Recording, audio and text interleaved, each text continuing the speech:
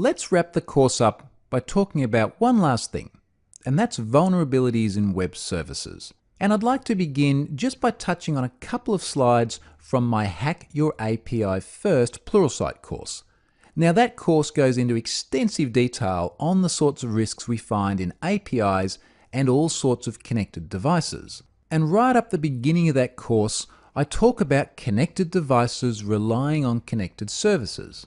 As more and more connected devices have emerged, so everything from phones to modern PCs to tablets, we've seen more and more dependencies created on APIs. So this is services that still run on web servers, still talk over HTTP or HTTPS, but are invoked in the background. So they're not web applications loaded in a browser, rather it's a dedicated client talking to a service. Now often those clients are loaded from app stores, the Google Play Store, the Microsoft App Store, Apple's App Store, and a variety of other locations that serve up rich client apps to modern devices. There are literally millions of apps in these stores, and a huge proportion of them are talking over the web to web services. But it goes well beyond just personal computing devices that are talking to connected services. Increasingly, we're seeing connected things talk to web services. These scales, for example, I use these myself. They measure your weight and your body fat, and then they send it back to an API, so you can track how they change over time using a device like your smartphone. We're even seeing door locks that are now connected devices. So devices like Lockytron and many others that have followed since, which communicate to APIs and take instructions from them. This is a door lock, something that opens your house, dependent on a service served over the web. And of course, cars are becoming increasingly internet connected. There's an API ecosystem for Tesla. You can write your own apps and call APIs on their service, which can then communicate with your vehicle. So clearly, web services providing APIs to these sort of devices are not only becoming very common, but they're becoming very critical because they're controlling real-world things. So their security profiles are enormously important. And when we're talking about hacking web applications, it's absolutely essential that we're also hacking these APIs, because that's how we're going to make them stronger.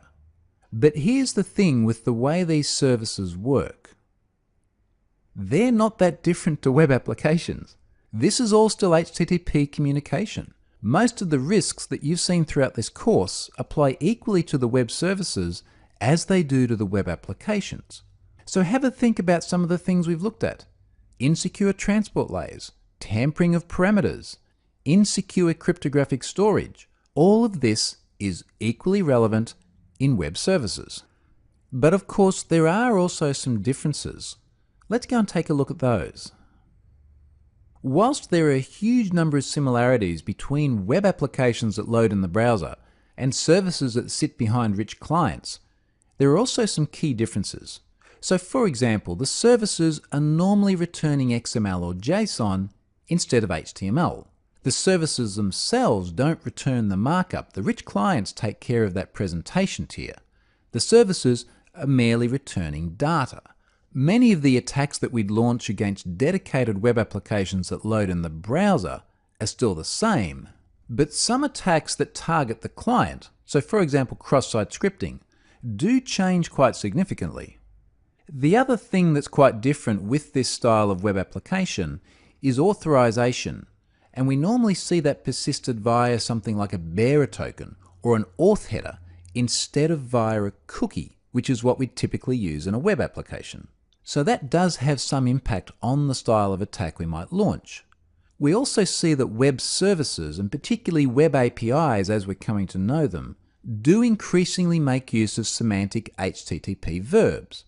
So as I mentioned earlier on in the course, this is things like using the put verb and not just always the post, or using the delete verb if you want to delete a record, rather than say passing delete as an action in the query string. Now this of course does change the attack vectors a little bit. You're probably more likely to find that HTTP verb tampering will yield results in an API than what you'll find in a typical web application loaded in the browser. The nature of the way web services are built, and particularly when they're stood up behind rich client apps, does also mean there are some slightly different risks. So for example, visibility. When it's an API behind, say, a mobile app, they are somewhat less visible. So what I mean by that is that you're not seeing a URL in the address bar. One of the things I talk about extensively in the Hack Your API First course is that when you use a mobile app, you've got no idea if it's talking over a secure connection or not. You can't see a padlock in the address bar. You can't inspect the certificate. And for testers using the system, they can't see it either. It is very easily discoverable. You can simply proxy the device through Fiddler and have a look at the traffic. That's another thing I do extensively in that course. But without specifically probing at the security implementation of the app, you simply can't see that. The other thing is that when developers are building the client as well as the server, it's very easy to get things like certificate validation wrong. Or as I've often seen, even in banks, to not have any certificate validation at all. When you're building a web app that loads in the browser does this automatically. The developer cannot turn off the fact that the browser does that. That works great when the browser is the client, but when a developer is building the entire client themselves, which is effectively what they're doing with a rich client app installed on a mobile device or an Internet of Things thing, they can disable certificate validation. They can get that wrong themselves, and they frequently do. One more thing as well, and that's the fact that dangerous assumptions are often made when someone believes they control the whole ecosystem. So when a developer builds both the client and the server, I frequently see them making the assumption that the client will only ever talk to the server in the way they designed it to happen. So they often neglect things like the ability to tamper with parameters.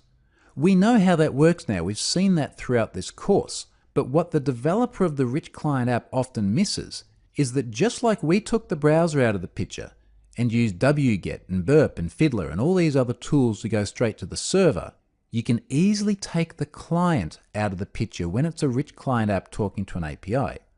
There's a much greater risk of incorrect assumptions about integrity being made when the entire ecosystem is custom built. So that's both the services on the back end and the client itself. And I see that time and time again.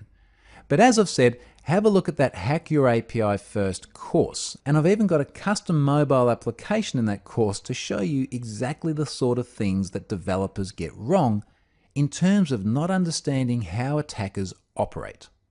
So that's vulnerabilities in web services. Let's go and summarize the module.